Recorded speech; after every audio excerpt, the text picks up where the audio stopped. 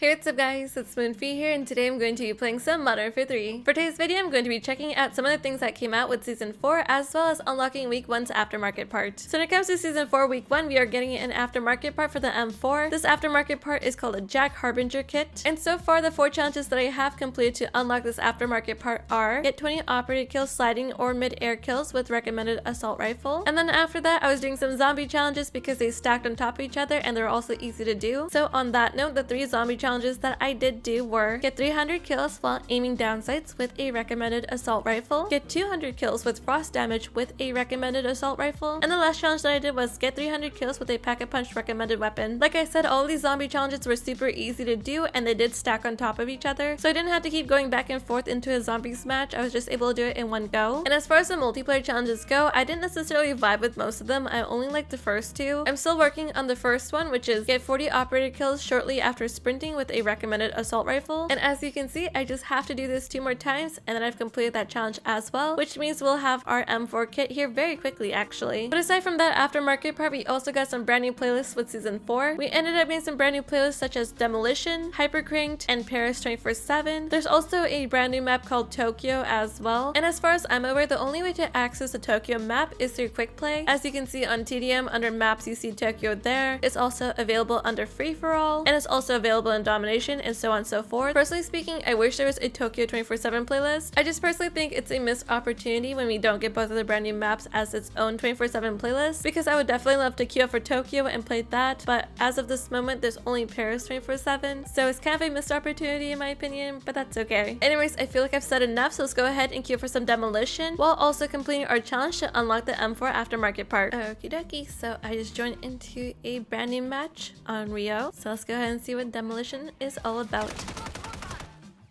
Not going that way. So you know what's actually really interesting? This is the longest I've seen double XP go for, and I'm absolutely loving it. I get a kill after sprinting.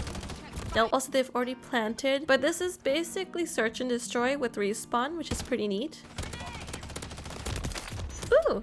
I think I wallbanged that guy. I did because it counted. Also, there's a bunch of random noodles on the ground. I collected the noodles. They're mine. I have already unlocked my M4 aftermarket part. It was just that easy. So I'm gonna go ahead and put it on. So M4 was a Modern Warfare 2 gun. I have no idea how this part's gonna be, but we will check it out. I'm not gonna put anything on this. I'm just gonna use it for what it is. Holy cow, it slows you down. I feel like I'm running with an LMG. That's how slow I feel. Maybe even slower.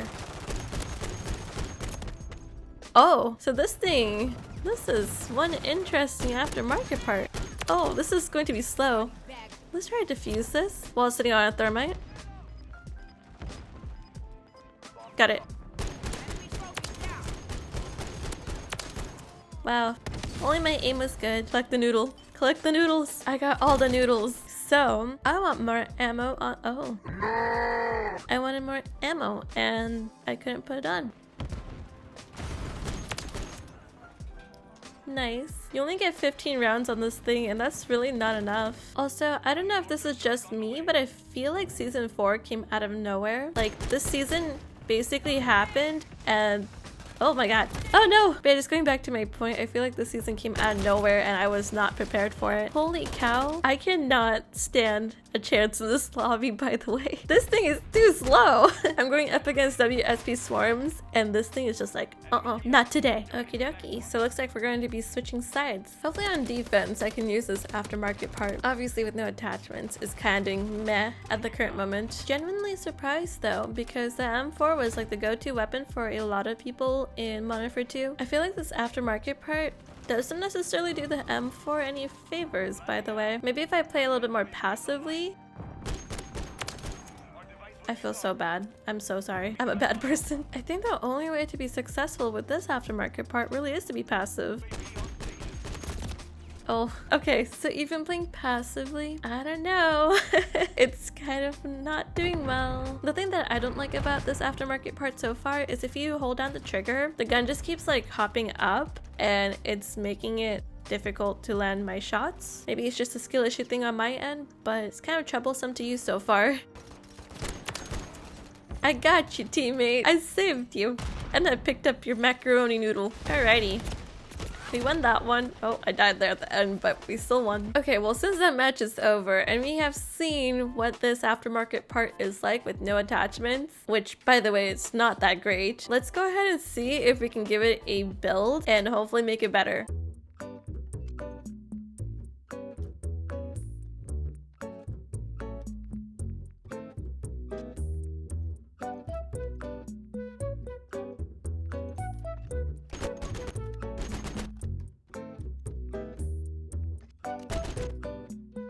Okie dokie, so I've added some attachments to my M4, but as you can see, my stats are still in the negative, so I can't necessarily do too much with that. I am hoping that whatever attachments that I did put on this M4 does end up helping, but I guess we'll have to play a match to find out. Anyways, I'm gonna go ahead and try this brand new build on Hyper Cranked and see how it does. Okie dokie, so I am on some Das house. What was going on there? Anyways, we're playing some Super Cranked, or Hyper Cranked. Already forgot the name. And yeah, we'll see how this aftermarket part does. That was just a little too fast for me. Noodle!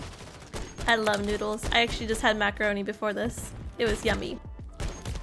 Oh no, it's still very slow. I wonder if the only way to use this would be in hardcore, because currently in regular core, it's kind of struggling. I think the low ammo doesn't necessarily help. Only having 15 rounds isn't necessarily enough to really get the ball rolling. Ooh, I did get 2 kills with 1 magazine. Okay, where's the enemies? Oh no! Bye-bye! Wait, I died to a stun grenade? I got someone.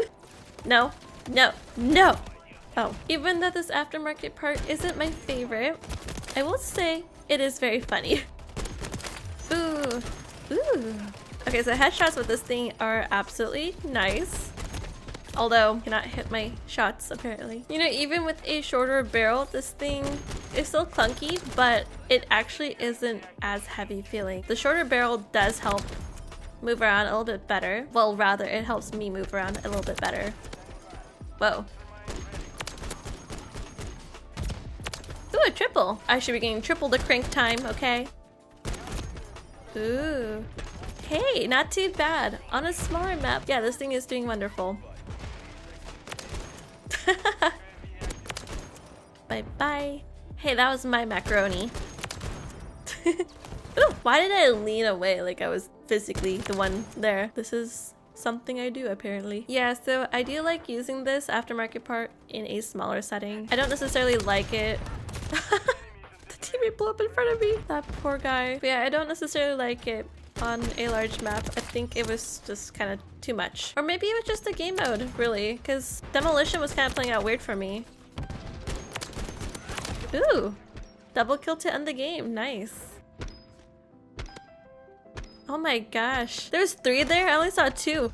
Imagine if I got all of them. That would have been wonderful. Also, not a bad game. Okie dokie, so now that that match is over, I do want to go ahead and say that the JAK Harbinger kit is pretty okay to use in a smaller map setting. I know I probably already made that comment a dozen times by now, but to me personally, I do find that to be true. When I first unlocked the JAK Harbinger kit on Rio, it wasn't doing all that well. And that map is definitely larger. It's definitely a medium to larger size map. I don't think it did all that well in Rio with that being said, but granted, I also wasn't using any attachments on the gun at that time as well. However, heading into DOS with the attachments on the JAK Harbinger kit, it ended up doing a lot better than I expected it to. By changing out its barrel, it definitely felt a lot less clunky. I felt like I was able to move around pretty okay-ish. I definitely didn't feel weightless by any means, but it had some okay movement with that being said. If I had to make a comparison of what the movement felt like, I would say with the barrel change, it felt like a light LMG. Without the barrel change, it felt like a heavy LMG. But aside from all of that, I'm gonna go ahead and continue using the JAK Harbinger kit on the brand new map Paris. Ew, this map is so pretty. I like the aesthetic of it. I love that it's so bright and vibrant. I'm a sucker for like sunny and bright, vibrant maps, personally speaking, but I'll also appreciate moody maps too. Those are pretty cool. Oh, but that's not cool. I saved you. Barely. I don't necessarily know how to navigate this map. I'm just kind of existing at the moment. But then again, this is like my first time on here, so I'm trying my best. I saw someone there. Oh, I mean, I did see them over there, didn't I? Oh no. As soon as I saw the second person, I knew it was done so. Oh gosh. Teammate! Why would you do that to me? I'm just a lone person using my M4, trying to exist on this tiny little map. Is it a tiny map? I actually don't know anything about Paris, like the map at least. It's unfortunate because I feel like I'm being outgunned by an SMG from like miles away, and that's all fine. It's dandy and it's great, but I just want to give this aftermarket part a chance, and I feel like I can't give it a chance because I get deleted so quickly. It sounds so funny to go boom, boom, boom, boom, boom. Okay, well I couldn't boom, boom, boom, boom, boom there. I think season 4 is the first season that I actually didn't read any patch notes. Usually I read over them, make sure I know what to expect of the season.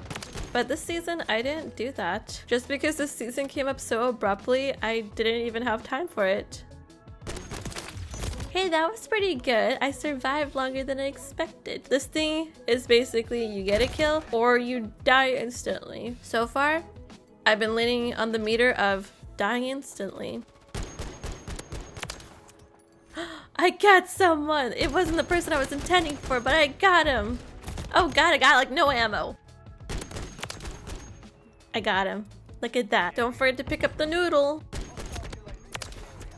Hey, I got him! Look at that! He had first shots on me and everything. Okay, so this match is about to end. I will not be final kill, hopefully. I wasn't. Awesome. We ended up losing, but that's okay. Okie dokie, well since that match is over, I do want to say Paris is a pretty okay map. I have to definitely play it more without using the JAK Harbinger, of course. And also, I do want to go ahead and mention that the Paris map, for some reason, makes me think of a map that came out in Modern Warfare 2 Season 4. It was called Kunstenar District. I hope I pronounced that correctly. I'll go ahead and put a picture of it on the screen. For some reason, I feel like both of these maps are very similar to each other, and that doesn't necessarily mean it's a bad thing either. That's just what I personally noticed. Maybe it's because of the time of day on both of the maps seem very similar, or both of those maps have a similar verticality scheme going for each other. Either way, to me personally, they just seem very similar. And as far as the JAK Harbinger kit goes on Paris, it personally didn't go that well for me. Obviously, I got a few eliminations here and there, but overall, it was just pretty meh. And also, one thing that I want to go ahead and start doing with these aftermarket parts is also start rating them as well. That way, you guys get a better idea of how I truly feel about these aftermarket parts. Obviously, when you say something is good, you don't necessarily know how good it is, or if you say it's bad, you don't necessarily know how bad it is. So that being said, if I had to rate the JAK Harbinger kit, I would rate it at a 40%. I know that is extremely low, but truly I felt very lost using this aftermarket part, and I really don't see it getting any better unless this thing gets buffed. And also, not to mention, when you do equip this AMP, there's only negative stats on it. There's nothing positive about this AMP